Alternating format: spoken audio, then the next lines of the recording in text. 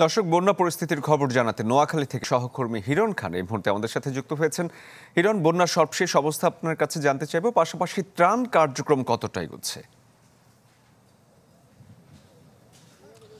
শরীফ, আজকে কিন্তু এবং গতকালকে রাতে ফেনী, নোয়াখালী, কুমিল্লা এই এলাকাগুলোতে বৃষ্টিপাত হয়েছে, ভারী সহ মাঝারি ধরনের বৃষ্টিপাত হয়েছে, যার কারণে একটু পানির বেগ একটু বেশি। এবং এছাড়াও শহর কেন্দ্রিক যে জায়গাগুলো রয়েছে সেই জায়গাগুলোতে কিন্তু বৃষ্টির কারণে কিছু কিছু জায়গায় আবারও পানি জমতে শুরু করেছে। এবং আমরা দেখতে পাচ্ছি বিজিবি সেনাবাহিনীর পক্ষ থেকে কিন্তু আসলে ত্রাণ সামগ্রী এবং ঢাকা থেকে হেলিকপ্টারে করে ত্রাণ আসছে, এবং বিভিন্ন জায়গা থেকে সাধারণ মানুষ যারা আছেন তারা কিন্তু ঢাকা থেকে ত্রাণ নিয়ে আসছেন এবং সাধারণ মানুষের কাছে, যারা পানিবন্দী মানুষ আছে তাদের কাছে পৌঁছানোর চেষ্টা করছেন।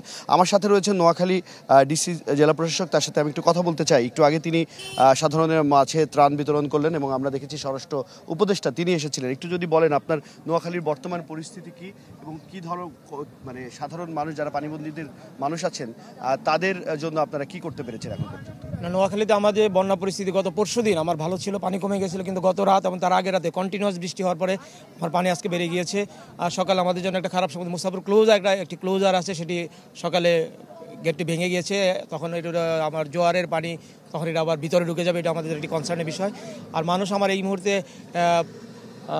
1,82,000 লোক আমার আশ্রয় কেন্দ্রে আছে এবং তাদেরকে আমরা খাবার সরবরাহ করার চেষ্টা করছি। তারপরে আমার যে প্রথম যে আমাদের সমস্যা ছিল, প্রচুর এলাকায় এখানে কোনো নৌকার কালচার ছিল না, দীর্ঘদিন এখানে নৌকা ব্যবহৃত হতো না। আমার নৌকা প্রথম পেতে সময় লেগেছে। এখন আমরা কুমিল্লা থেকে বা চাঁদপুর থেকে বিভিন্ন এলাকা থেকে আমরা নৌকা পেয়েছি। ভিতরে অনেক লোক আছে যাদের বাড়িতে, তারা হয়তো আশ্রয় কেন্দ্রে আসতে পারেনি, বাট তাদের বাড়িতে তারা আসছে, তাদেরকে আমরা উদ্ধার করার চেষ্টা করছি এবং যেখানে আমরা সংবাদ পাচ্ছি তাদেরকে আমরা খাবার পৌঁছানোর চেষ্টা করছি। এবং সকল শ্রেণীর মানুষ, আসলে এখানে সরকার কাজ করছে। আমার যেটা বক্তব্য থাকবে, সকল শ্রেণীর মানুষ। বড় বিষয় হচ্ছে যখন এখন 4 থেকে 5 দিনের উপরে হয়ে গেছে এবং পানিবাহিত রোগের সংখ্যাটা বাড়তে শুরু করছে, সেই বিষয়ে চিকিৎসা সেবা এবং মেডিসিনের ব্যাপারে আপনারা কি কি ব্যবস্থা নিচ্ছেন?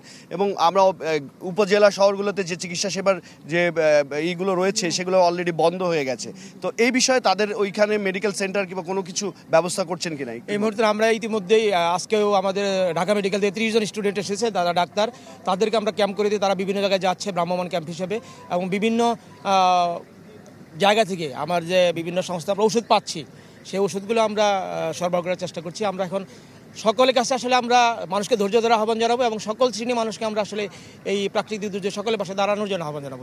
250-টিরও বেশি ডিজাইন অপশন নিয়ে ওয়ালটন স্মার্ট ফ্রিজ, বোঝে আপনার প্রয়োজন। আপনি যেহেতু জেলা প্রশাসক, আপনি একটু বলবেন যে এই বন্যা মোকাবেলা করতে আপনাদের কি ধরনের সবথেকে বড় চ্যালেঞ্জ কোনটা, এটা যদি একটু বলেন। এই মুহূর্তে আমার বন্যা মোকাবেলার সবচেয়ে বড় চ্যালেঞ্জটা হচ্ছে আমাদের কিছু কিছু এলাকায় এখন আমার প্রচুর পানি, রাস্তাঘাট সব ঢুকেছে। সব এলাকায় আমার যে যারা কাজ করছে স্বেচ্ছাসেবী, তারাও কিন্তু সব জায়গায় যেতে তাদের সমস্যা হচ্ছে, তাদের লাইফ জ্যাকেট লাগছে, তাদের নৌকা লাগছে। এই জিনিসটা আমরা এখনও পুরোপুরি দিতে পারি। আমাদের আরও যদি অনেক নৌকা হয় আমাদের কাজটি করতে আরও সহজ হবে, এবং বন্যা কমে যাওয়ার পর যে আমাদের পানিবাহিত রোগ হবে সেটার জন্য আমাদের পরবর্তী যে বিভিন্ন মেডিকেল সাপোর্ট, চিকিৎসা সাপোর্ট, সেগুলো আমাদের লাগবে। আমরা সেগুলো জানাচ্ছি, আমরা ঢাকায় বলেছি। ধন্যবাদ আপনাকে। যেমনটি বলছিলেন তিনি যে তার যেই দুর্গম এলাকাগুলো রয়েছে যেখানে পানিবন্দী মানুষ রয়েছেন তাদের কাছে পৌঁছাতে তাদের অনেকটা বেগ পেতে হচ্ছে, এবং এই বেগ পাওয়ার কারণেই কিন্তু মানুষগুলোর কাছে পৌঁছাতে সম্ভব হচ্ছে না। এই ছিল এখান থেকে সর্বশেষ তথ্য।